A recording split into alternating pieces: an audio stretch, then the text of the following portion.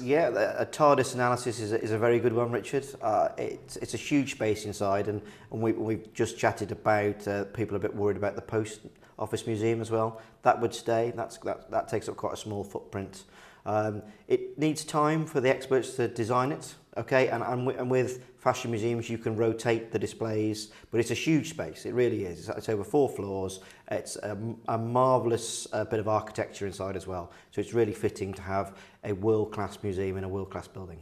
Well, that's going to be good news and a sense of relief for the Postal Museum. And I suppose in the long term, they'll benefit from the Fashion Museum being above them. Well, the whole point of moving the Fashion Museum is not just for the Post Office Museum to benefit, but for that whole side of Bath to benefit. There's a lot of independent traders that way that we've discussed before, to create the flow from the Roman baths up to that part of the city, transform in front of Waitrose, move people in that direction with the Milsom Quarter regeneration as well. It's all about connecting things. What I hate is when you just do things with no bigger picture, no greater thought. So it's all part of that bigger picture for the city of Bath and making it an even better city to live in.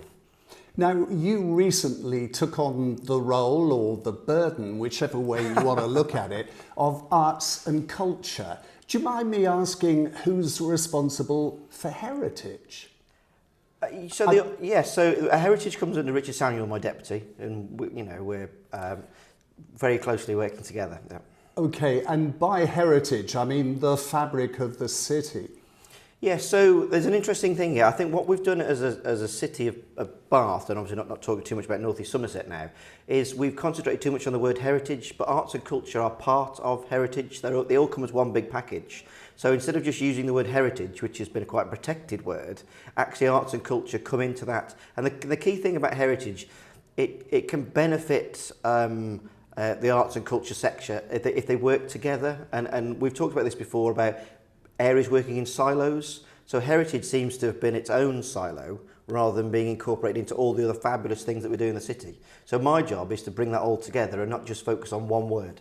But I can appreciate the fact that when it comes to the Roman baths, the Fashion Museum, the Pump Room, you have a heritage boss. But heritage to me is the fabric of the whole city. It's Georgian architecture, its Roman past, even its medieval period. Mm-hmm. And somehow the one thing missing is a sort of heritage czar, someone who's keeping an eye on the whole city, which is a job that seems to be done at the moment by Bath Preservation Trust.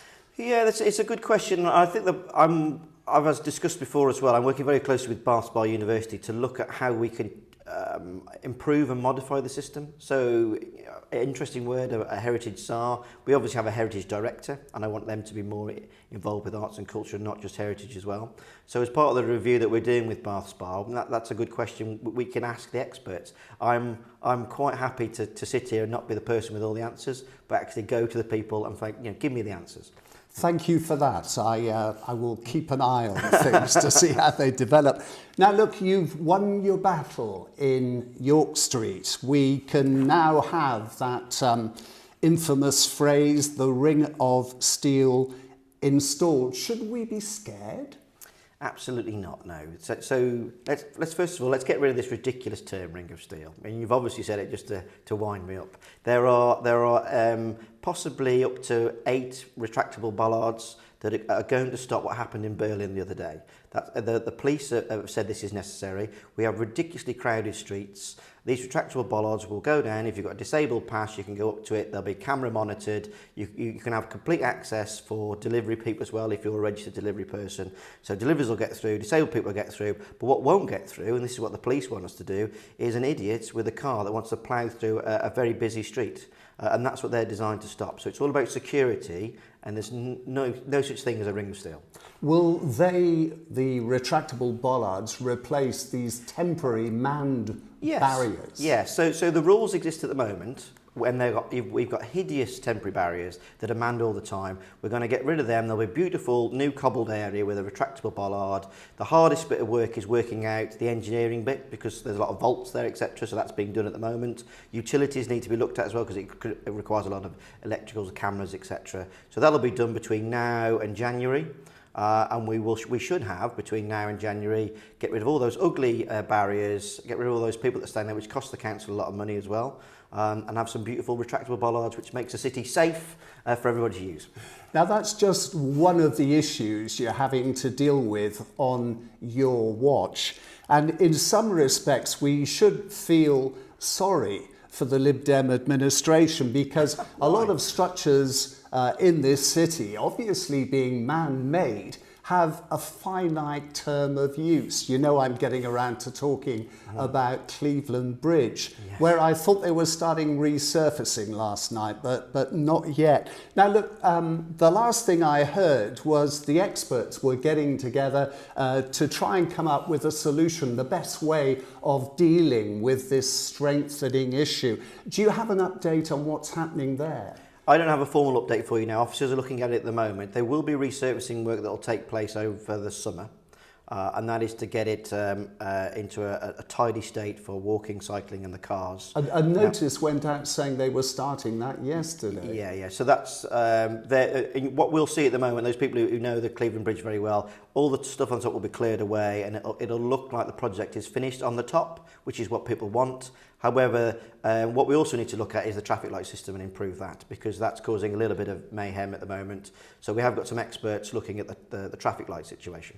And even when it is resurfaced, Kevin, we're still talking about a restriction to cars only. Totally, yes. So as we mentioned earlier, the engineering side of it has drawn up a number of historical issues. So it's not safe enough to put HGVs over it, because as they've done the previous bit of work, which has been paid for and done, they've discovered this, a situation where the bridges actually could have fallen into the river. It was that serious. That's how dangerous the situation is.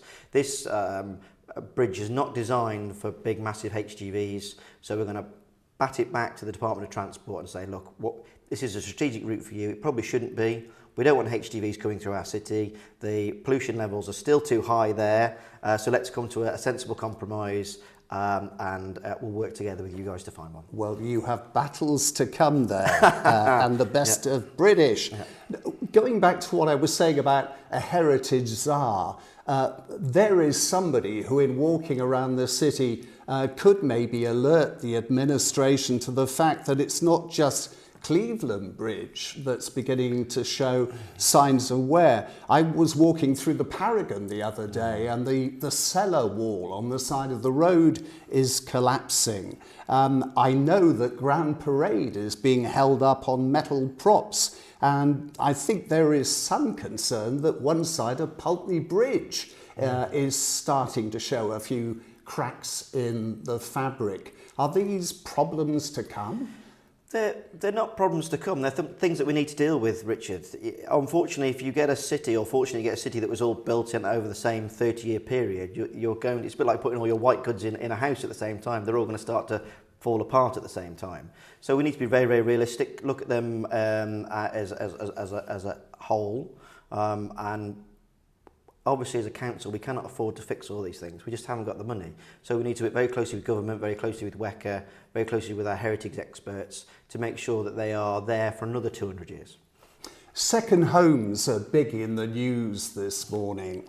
Bath in the past has been debating not so much the issue of second homes, but housing stock being used by Airbnb and party houses. Is this an issue you would still like to see tackled? I do appreciate the fact that it's going to need a law introduced by Parliament to deal with it, but are you still putting the pressure on? We are, and we're working very closely with our MPs. I know Vera is working very hard in Parliament to sort that out, and that is a national issue, and we are deeply concerned, as are other cities that are similar to ours, like York, Oxford and Cambridge, things like that. They have the similar problems. So yeah, we will be lobbying government. I'm going to an LGA conference in Harrogate in 2 weeks' time, and I'll bring that up there. Kevin, we're less than a year away now from the local elections in May 2023. How united is your administration at the moment? Because obviously you're going to need everybody firing together from now on. Oh yeah, massively united. If you were to ask me how organised we were before the 2019 election, this time before the 2023 election, we are 10 times more organised and 10 times more united. We have a brilliant list of candidates that have been selected, and I'm really looking forward to the 2023 election. What will you be concentrating on from now on? Well, the key thing is delivery. So we promised to get sustainable transport done, we've promised to get livable neighbourhoods done, and the key thing is, well, is getting arts and culture united again, and the word heritage that you added. So there's many things we're looking at. We're also looking at school streets, so making it safer around schools. So there's quite a lot to deliver on. I don't think, well, you can ask the Chief Executive this, council officers have never worked so hard in B&NES, in their entire history of B&NES. They're doing so many great projects, and it's about delivery between now and 2023. And then also listening and delivering what the people want, not what I want. Well, not everybody wants clean air zones and livable neighbourhoods. You have to go with the majority, Richard. Well, I was going to say, how committed are you still to those two projects? Massively so. So we're the first place outside the City of London to bring in a clean air zone. We need to look at that data. Obviously, COVID has affected the calculation of that data. So people's movements are different because of COVID. So we probably need to give it a little bit more time to see whether it's a success or not. And then you could expand the clean air zone, because I know there's a lot of areas that are a bit concerned that traffic might have been pushed out to them. So you do a bigger review of the city of Bath and maybe bits of North East Somerset as well, and see whether the clean air zone needs expanding or whether it needs changing. You do have a chicken and egg situation here, or a situation where we're going around in circles, because we are trying to limit access to the car. But the further out you push it, the more public transport has to battle with private vehicles on the roads. And it's going to be difficult persuading people to get out of their car if A, there is no bus, or B, it's not a regular service. Yeah, so it is a chicken and egg. You've got to create a cycle, walking lanes so people can feel safe coming into the city. You've got to have a good bus network. Unfortunately, since the nationalisation of the bus services, and we've had a lot of conversations about this recently, is that it's all about profit with the buses, and if people aren't using them, you lose them. And there's only so much subsidy we can do as a local authority or as WECA. We're working very hard to keep a lot of bus services running that are just not financially viable. So people need to get on the bus and use them, they really do. But it all comes down to money. And quite interesting there that you talk about a private service, because the same argument could be used on the railway, couldn't it? Totally, yeah, totally agree. Let's not go there. Now look, we've also got a general election somewhere in the future. When, who knows, yeah. Do you have any ambitions to move into national politics? I'm fully focused on the City of Bath and North East Somerset at the moment, Richard, but thank you for taking an interest in my career.